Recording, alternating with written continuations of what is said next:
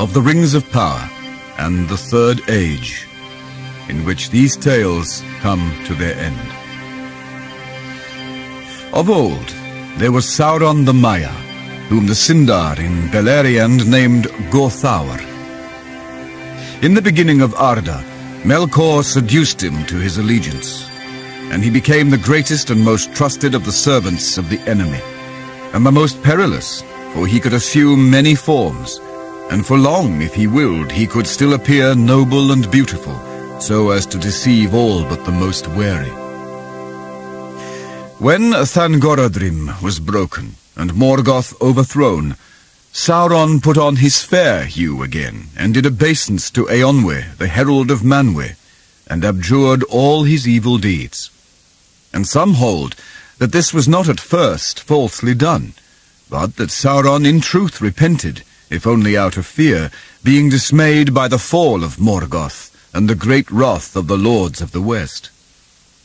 But it was not within the power of Eonwe to pardon those of his own order, and he commanded Sauron to return to Aman, and there receive the judgment of Manwe. Then Sauron was ashamed, and he was unwilling to return in humiliation, and to receive from the Valar a sentence, it might be, of long servitude in proof of his good faith. For under Morgoth his power had been great. Therefore, when Eonwe departed, he hid himself in Middle-earth, and he fell back into evil, for the bonds that Morgoth had laid upon him were very strong. In the great battle and the tumults of the fall of Thangorodrim, there were mighty convulsions in the earth, and Beleriand was broken and laid waste. And northward and westward many lands sank beneath the waters of the great sea. In the east, in Osiriand, the walls of Ered Luin were broken, and a great gap was made in them towards the south, and a gulf of the sea flowed in. Into that gulf the river Lune fell by a new course, and it was called therefore the Gulf of Lune. That country had of old been named Lindon by the Noldor, and this name it bore thereafter, and many of the Eldar still dwelt there, lingering, unwilling yet to forsake Beleriand, where they had fought and laboured long. Gil-galad, son of Fingon, was their king, and with him was Elrond half-elven, son of Eorendil the mariner, and brother of Elros, first king of Númenor. Upon the shores of the Gulf of Lune, the elves built their havens, and named them Mithlond, and there they held many ships, for the harbourage was good. From the grey havens, the Eldar ever and anon set sail, fleeing from the darkness of the days of earth. For by the mercy of the Valar, the firstborn could still follow the straight road, and return, if they would, to their kindred in Eressëa and Valinor beyond the encircling seas. Others of the Eldar there were, who crossed the mountains of Ered Luin in that age, and passed into the inner lands. Many of these were Teleri, survivors of Doriath and Osiriand, and they established realms among the Sylvan elves in woods and mountains far from the sea, for which, none the less, they ever yearned in their hearts. Only in Eregion, which men called Hollin, did elves of Noldorin race establish a lasting realm beyond the Ered Luin. Eregion was nigh to the great mansions of the dwarves that were named Khazad-dûm, but by the elves Hadadrond, and afterwards Moria. From Ost in Ethil, the city of the elves, the high road ran to the west gate of Khazad-dûm. For a friendship arose between dwarves and elves, such as has never elsewhere been, to the enrichment of both those peoples. In Eregion, the craftsmen of the Gwaith Irmyrdain, the people of the jewelsmiths, surpassed in cunning all that have ever wrought, save only Feanor himself. And indeed greatest in skill among them was Celebrimbor, son of Curufin, who was estranged from his father, and remained in Nargothrond when Celegorm and Curufin were driven forth, as is told in the Quenta Silmarillion. Elsewhere in Middle-earth, there was peace for many years. Yet the lands were for the most part savage and desolate, save only where the people of Beleriand came. Many elves dwelt there indeed, as they had dwelt through the countless years, wandering free in the wide lands far from the sea. But they were Avari, to whom the deeds of Beleriand were but a rumour, and Valinor only a distant name. And in the south and in the further east men multiplied, and most of them turned to evil, for Sauron was at work. Seeing the desolation of the world, Sauron said in his heart that the Valar, having overthrown Morgoth, had again forgotten Middle-earth, and his pride grew apace.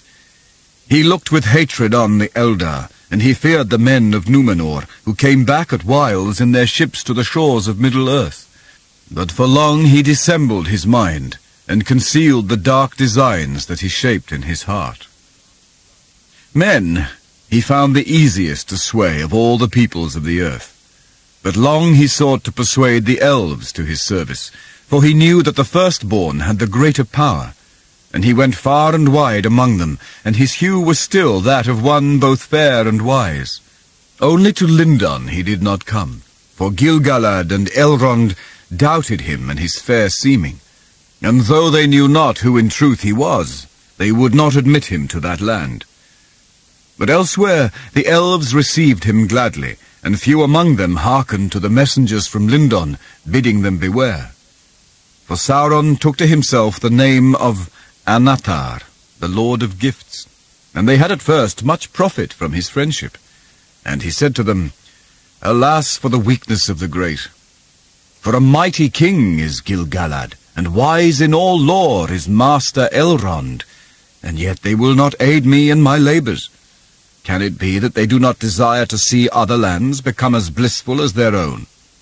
But wherefore should Middle-earth remain forever desolate and dark, whereas the elves could make it as fair as Eressëa, nay, even as Valinor? And since you have not returned thither, as you might, I perceive that you love this Middle-earth, as do I.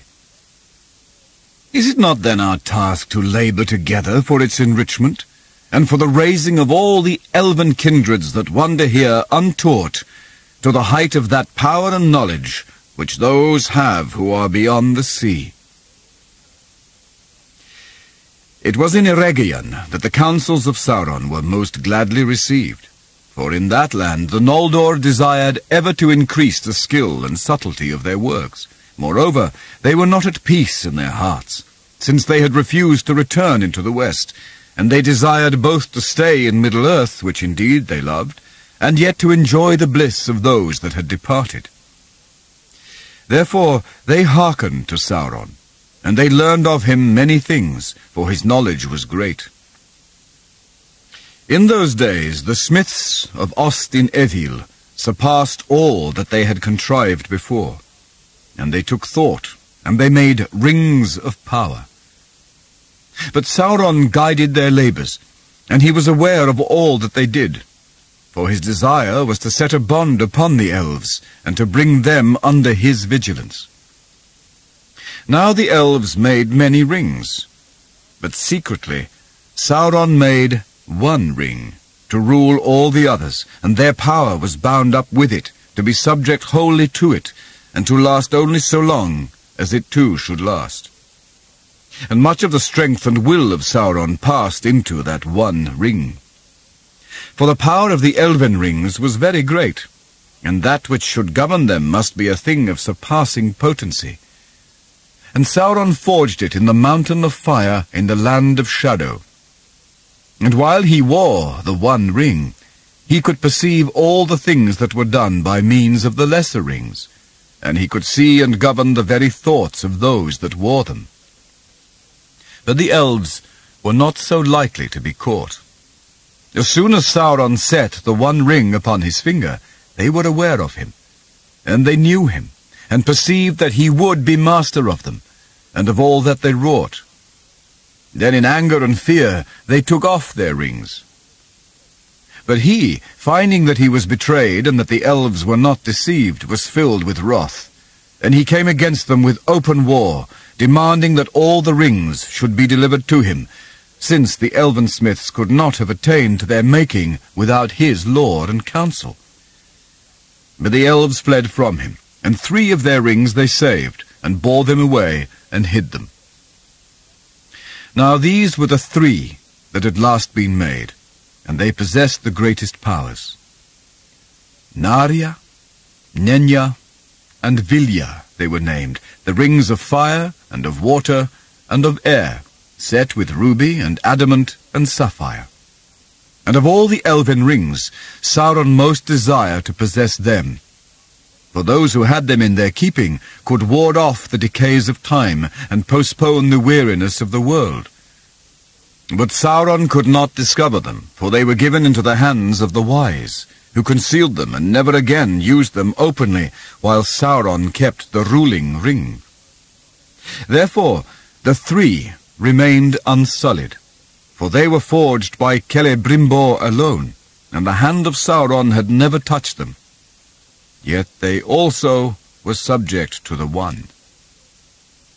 From that time war never ceased between Sauron and the elves, and Eregion was laid waste, and Celebrimbor slain, and the doors of Moria were shut. In that time the stronghold and refuge of Imladris, that men called Rivendell, was founded by Elrond half-elven, and long it endured. But Sauron gathered into his hands all the remaining rings of power, and he dealt them out to the other peoples of Middle-earth, hoping thus to bring under his sway all those that desired secret power beyond the measure of their kind. 7 rings he gave to the dwarves, but to men he gave 9, for men proved in this matter, as in others, the readiest to his will. And all those rings that he governed he perverted, the more easily since he had a part in their making, and they were accursed, and they betrayed in the end all those that used them. The dwarves indeed proved tough and hard to tame. They ill endure the domination of others, and the thoughts of their hearts are hard to fathom, nor can they be turned to shadows. They used their rings only for the getting of wealth, but wrath and an overmastering greed of gold were kindled in their hearts, of which evil enough after came to the profit of Sauron. It is said that the foundation of each of the 7 hordes of the dwarf kings of old was a golden ring. But all those hordes long ago were plundered, and the dragons devoured them. And of the 7 rings, some were consumed in fire, and some Sauron recovered. Men proved easier to ensnare. Those who used the 9 rings became mighty in their day, kings, sorcerers, and warriors of old. They obtained glory and great wealth, yet it turned to their undoing. They had, as it seemed, unending life, yet life became unendurable to them. They could walk, if they would, unseen by all eyes in this world beneath the sun, and they could see things in worlds invisible to mortal men. But too often they beheld only the phantoms and delusions of Sauron. And one by one, sooner or later, according to their native strength and to the good or evil of their wills in the beginning, they fell under the thraldom of the ring that they bore, and under the domination of the One, which was Sauron's. And they became forever invisible save to him that wore the ruling ring, and they entered into the realm of shadows. The Nazgul were they, the ring-wraiths, the enemy's most terrible servants. Darkness went with them, and they cried with the voices of death. Now Sauron's lust and pride increased until he knew no bounds, and he determined to make himself master of all things in Middle-earth, and to destroy the elves, and to compass, if he might, the downfall of Númenor. He brooked no freedom nor any rivalry, and he named himself Lord of the Earth. A mask he could still wear, so that if he wished he might deceive the eyes of men, seeming to them wise and fair. But he ruled rather by force and fear, if they might avail, and those who perceived his shadow spreading over the world called him the Dark Lord, and named him the Enemy.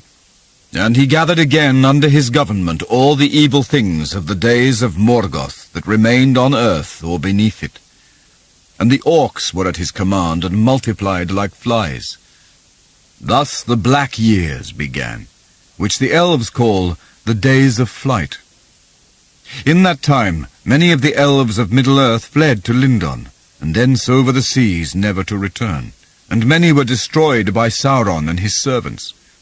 But in Lindon Gil-galad still maintained his power, and Sauron dared not as yet to pass the mountains of Ered Luin, nor to assail the havens.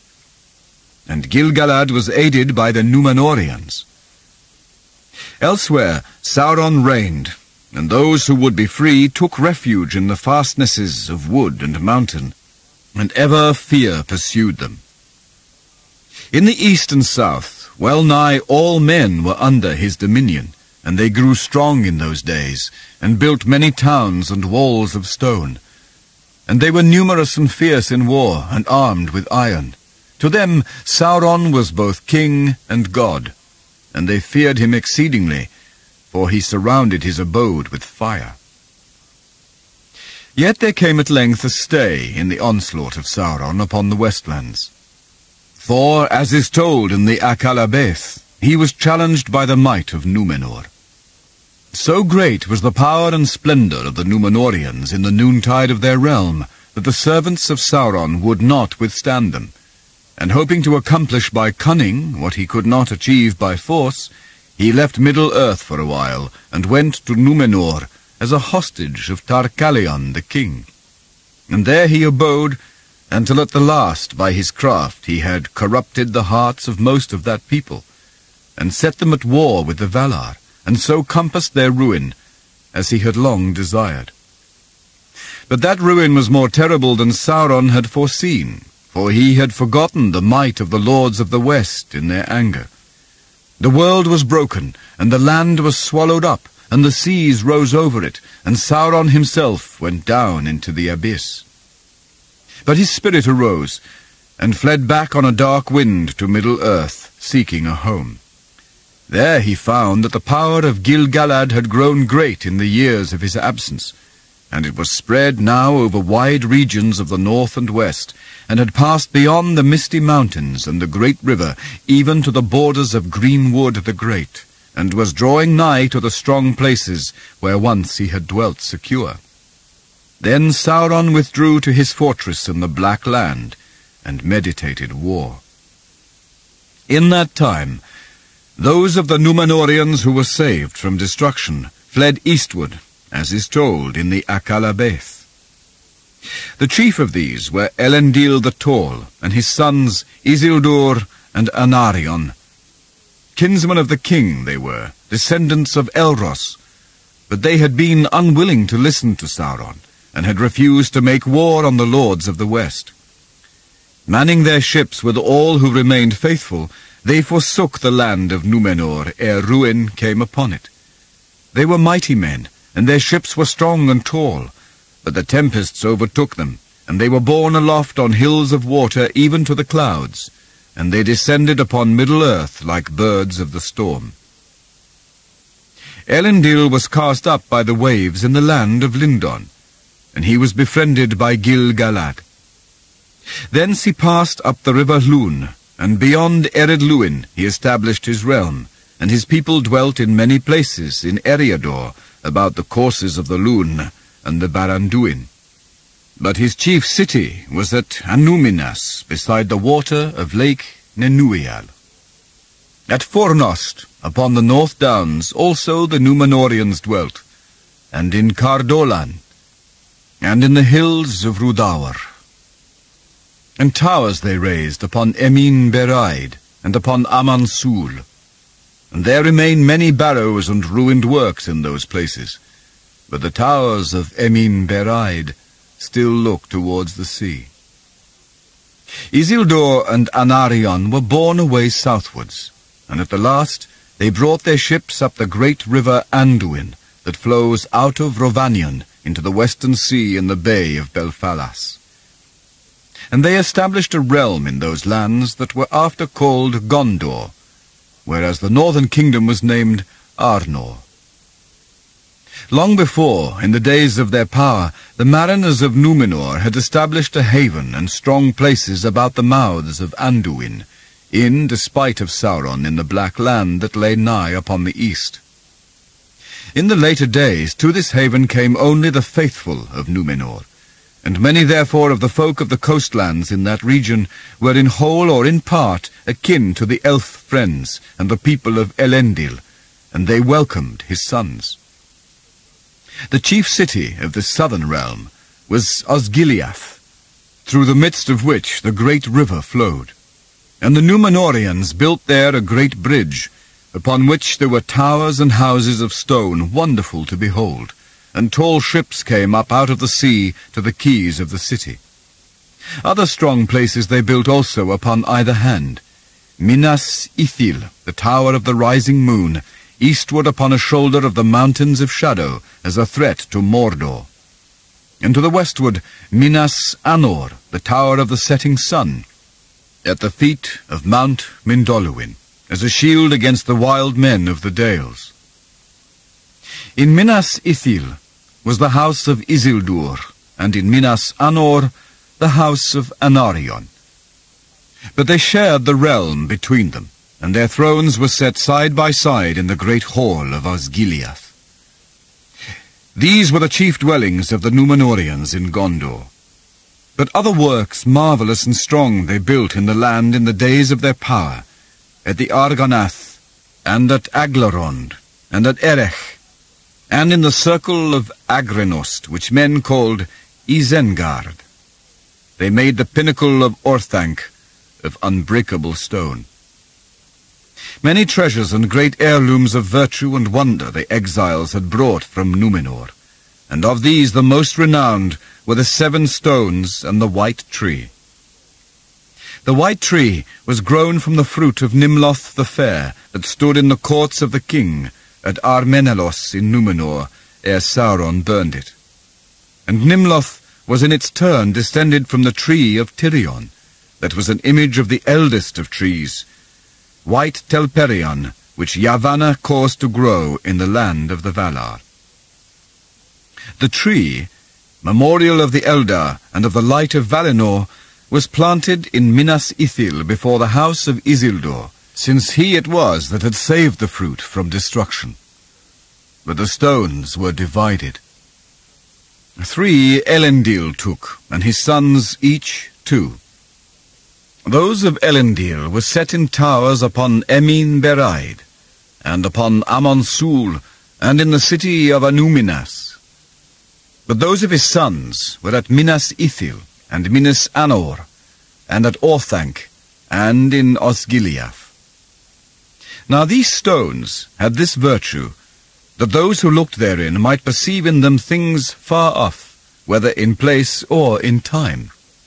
For the most part, they revealed only things near to another kindred stone, for the stones each called to each.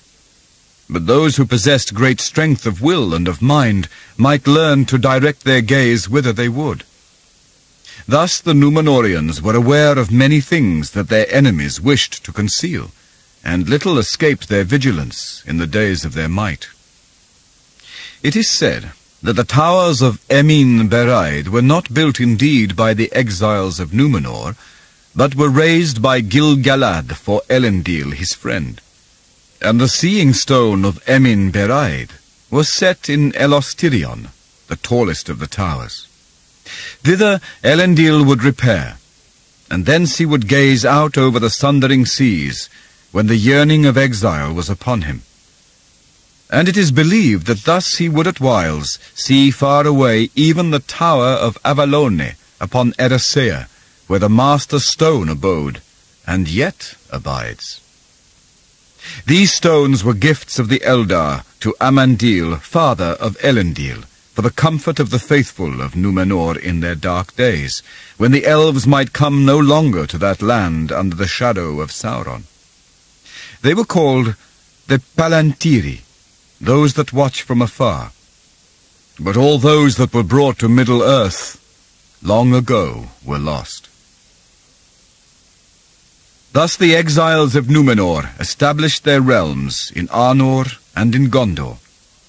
But ere many years had passed, it became manifest that their enemy, Sauron, had also returned.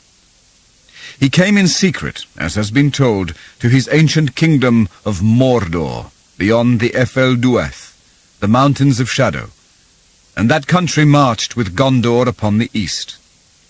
There above the valley of Gorgoroth was built his fortress, vast and strong, Barad-dûr, the Dark Tower. And there was a fiery mountain in that land that the elves named Orodruin. Indeed, for that reason Sauron had set there his dwelling long before, for he used the fire that welled there from the heart of the earth in his sorceries and in his forging. And in the midst of the land of Mordor he had fashioned the ruling ring. There now he brooded in the dark, until he had wrought for himself a new shape, and it was terrible. For his fair semblance had departed forever when he was cast into the abyss at the drowning of Númenor. He took up again the great ring, and clothed himself in power. And the malice of the eye of Sauron few, even of the great among elves and men, could endure. Now Sauron prepared war against the Eldar and the men of Westernesse, and the fires of the mountain were wakened again. Wherefore, seeing the smoke of Orodruin from afar, and perceiving that Sauron had returned, the Númenorians named that mountain anew Amon Amarth, which is Mount Doom. And Sauron gathered to him great strength of his servants out of the east and the south, and among them were not a few of the high race of Númenor. For in the days of the sojourn of Sauron in that land, the hearts of well-nigh all its people had been turned towards darkness. Therefore, many of those who sailed east in that time and made fortresses and dwellings upon the coasts were already bent to his will, and they served him still gladly in Middle-earth. But because of the power of Gil-galad, these renegades, lords both mighty and evil, for the most part took up their abodes in the southlands far away. Yet two there were, Herumor and Fuinur, who rose to power among the Haradrim, a great and cruel people that dwelt in the wide lands south of Mordor, beyond the mouths of Anduin. When therefore Sauron saw his time, he came with great force against the new realm of Gondor, and he took Minas Ithil, and he destroyed the white tree of Isildur that grew there. But Isildur escaped, and taking with him a seedling of the tree, he went with his wife and his sons by ship down the river, and they sailed from the mouths of Anduin, seeking Elendil. Meanwhile, Anarion held Osgiliath against the enemy, and for that time drove him back to the mountains. But Sauron gathered his strength again, and Anarion knew that unless help should come, his kingdom would not long stand. Now Elendil and Gil-galad took counsel together, for they perceived that Sauron would grow too strong and would overcome all his enemies one by one, if they did not unite against him. Therefore they made that league, which is called the Last Alliance, and they marched east into Middle-earth, gathering a great host of elves and men, and they halted for a while at Imladris. It is said that the host that was there assembled was fairer and more splendid in arms than any that has since been seen in Middle-earth, and none greater has been mustered since the host of the Valar went against Thangorodrim.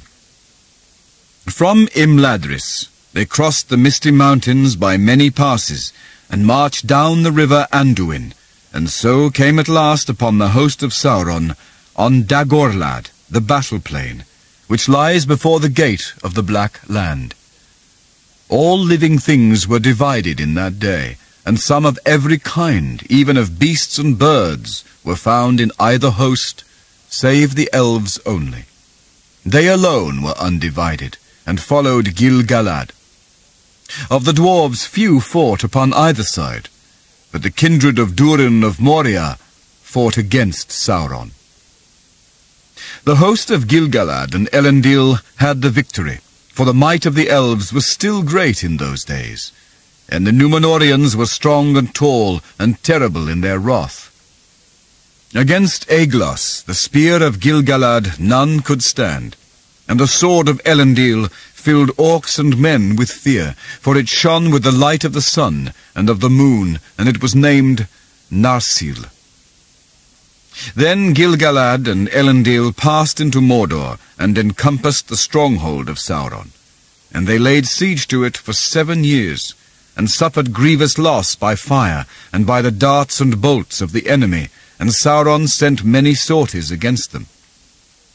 There, in the valley of Gorgoroth, Anarion, son of Elendil, was slain, and many others. But at last the siege was so strait that Sauron himself came forth, and he wrestled with Gil-galad and Elendil, and they both were slain, and the sword of Elendil broke under him as he fell.